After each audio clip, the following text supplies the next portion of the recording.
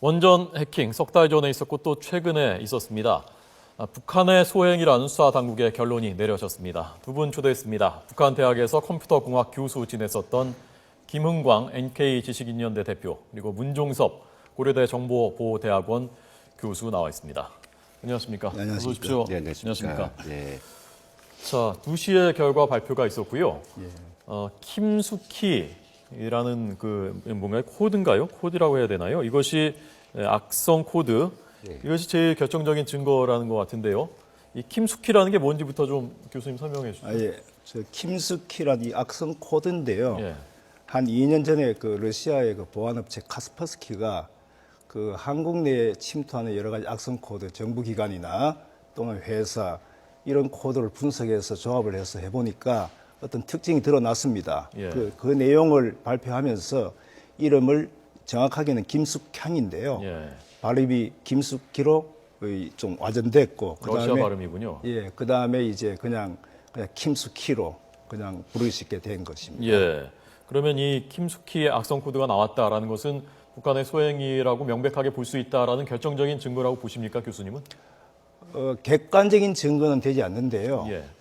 그 북한이 지금까지 해오던 방식이 그대로 다 녹아 있는 그런 방식입니다. 예. 그래서 민간 업체에서는 뭐 이 정도면은 충분히 북한 소행이지 않느냐라고 다 긍정적으로 보고 있습니다. 예. 좀 의문이 드는 것은 저기 2010년에 예. 사용됐었고 그때 북한의 소행이라는 것이 밝혀졌었고 예. 그렇다면 해커들이 북한이 한다면은 그걸 좀 바꾸거나 자신들이 한 것이 아니라는 걸 꼬리를 안 잡히기 위해서 그럴 수 있지 않았을까 싶은데 왜 그걸 바꾸지 않고 하는 거죠? 공격 코드를 바꾸는 건 굉장히 어려운 일입니다. 아. 그래서 왜냐하면 그 기술이 계속 전수돼 내려오기 때문에요. 네. 계속 그걸 이어받아서 그다음 발전을 시켜야죠. 예. 새로 개발한다는 것 자체는 아주 힘든 일입니다. 예. 그러니까 그게 꼬리가 잡히더라도 뭐 알더라도 그걸 바꿀 수가 없는. 목적만 달성하면 되는 거죠. 아, 예. 또 이 김숙희 말고요. 또 어떤 증거들이 북한의 소행이라는 제시도 있죠? 예, 이번 그 합동조사단이 발표 내용에 따르면 네. 그 밖에도 이제 아주 어떤 좀 무게 있는 그런 결과들을 내놓습니다. 첫째는 뭐냐면 예. 그 지금 이 공격 코드가 어떻게 돼서 이제 그 한수원 직원이 메일에까지 들어왔겠느냐. 예. 그 허점을 잡았는데요. 그 허점이 바로 한글, 우리 아리아 한글에서 어떤 문제점을 허점 잡았거든요. 근데 예. 저번도 이제 그 320 인터넷 그 APT 공격 때 지난 13년이었죠. 2013년 때 그때 잡았던 그 허점을 가지고 또 다시 한번 이번에도 같은 허점을 가지고 왔거든요. 예. 그래서 이제 그 같은 어떤 행위 유사성 문제가 또 있고요.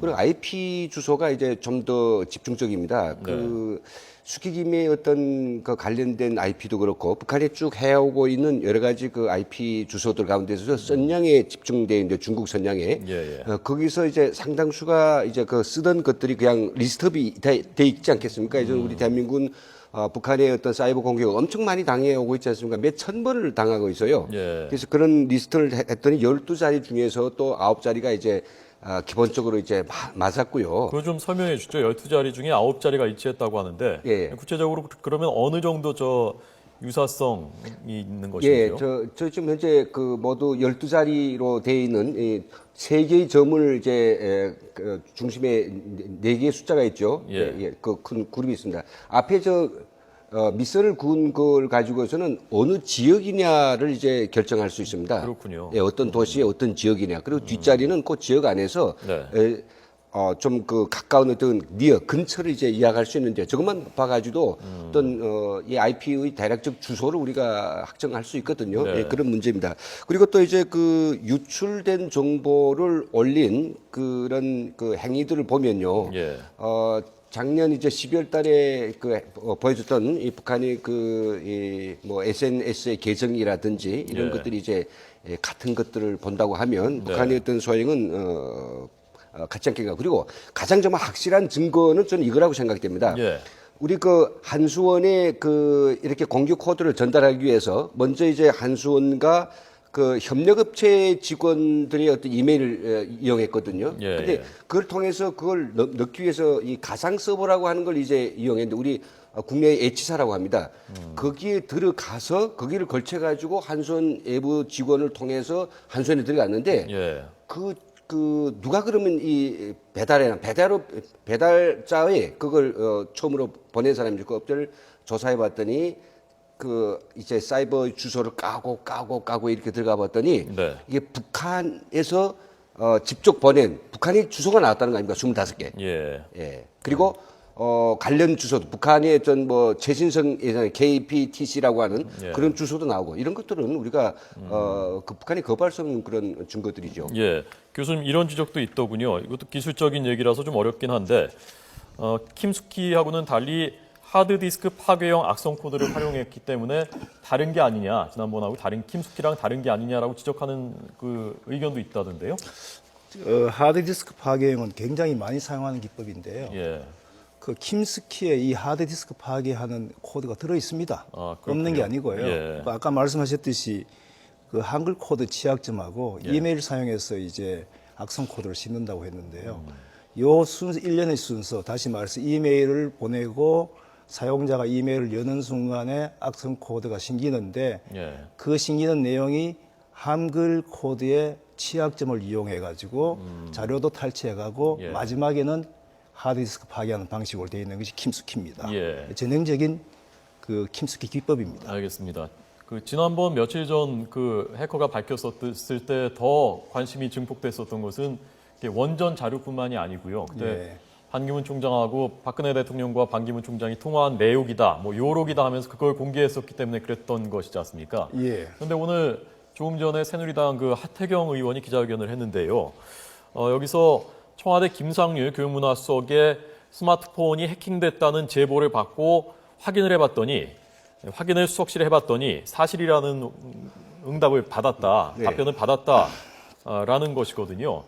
자, 교수님 이게 그 청와대 수석비서관의 스마트폰이 당했다. 그리고 이것이 북한이 했을 개연성이 있는 것이 아니냐라는 것에 대해서는 어떻게 보십니까? 스마트폰 문제는 또 PC하고 다른 문제인데요. 예.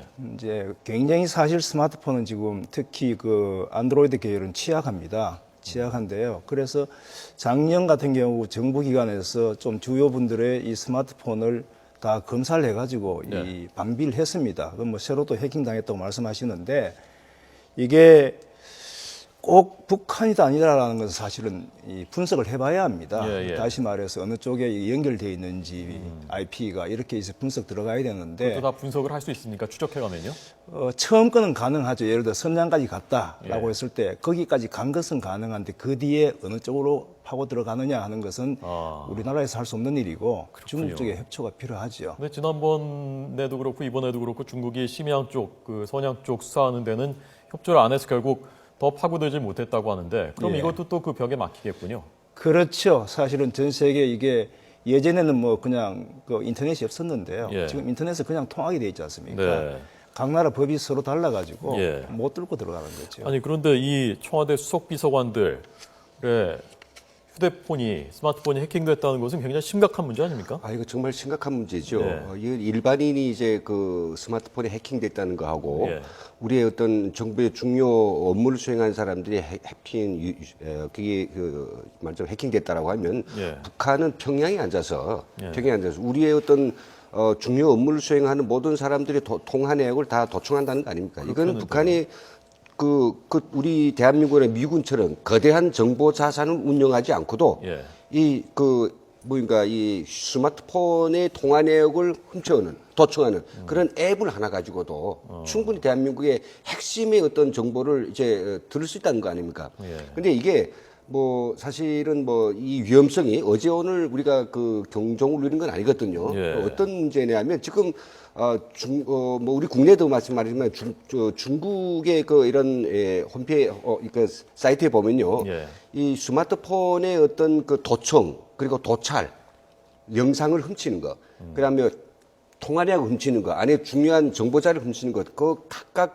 전문화된 그런 불법 앱들이 그 200몇 개씩이나 있습니다. 그 돈 주고 바로 사올 수 있어요. 그러니까 이거 아주 전문적인 기술이 없더라도 맘만 먹으면 할 수 있다. 아, 그럼요. 그러면 이 스마트폰은 뭐 말이죠. 우리가 그래도 이 데스크탑 같은 컴퓨터는 그래도 이러저러한 어떤 보안 시스템들을 우리가 좀 갖추고 있기 때문에 정말 그걸 뚫자면 여러 가지 해커도 그건 하나의 어떤 집단이 우리 그 보안 조직이 그걸 보안하지 않습니까? 그래서 좀 뚫기는 어려운데 핸드폰은 개인이 가지고 있는 거니까 개인이 얼마나 기술 높아서 그걸 다 하겠습니까? 그래서 이런 그 스마트폰에 대해서는 우리 뭐 세계 최강의 IT 국가인 우리가 대한민국이 그런 그 중요 업무를 수행하는 사람들에 대해서는 전용 휴대폰을 만들어줄 필요가 있어요. 예.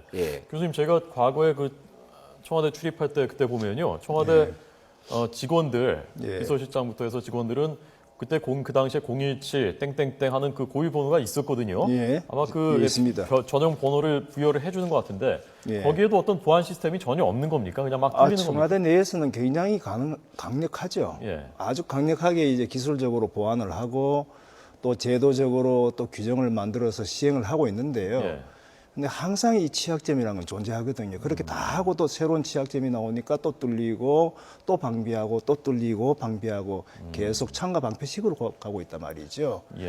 그래서 그게 뭐 완벽하게 현재 앞날을 예상해서 막는다는 것은 거짓말이고 최대한 자주자주 점검하고 막고 또 보완하고 이런 단계로 가야 하는 게 정상이죠.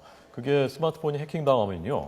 뭐 통화 내역이나 이런 가능합니다. 그런 것뿐만이 아니라 그러니까 내용, 그러니까 음성도 다 해킹당하는 거예요. 가능합니다. 모든 건 일단 디지털 데이터니까요. 다 가능합니다.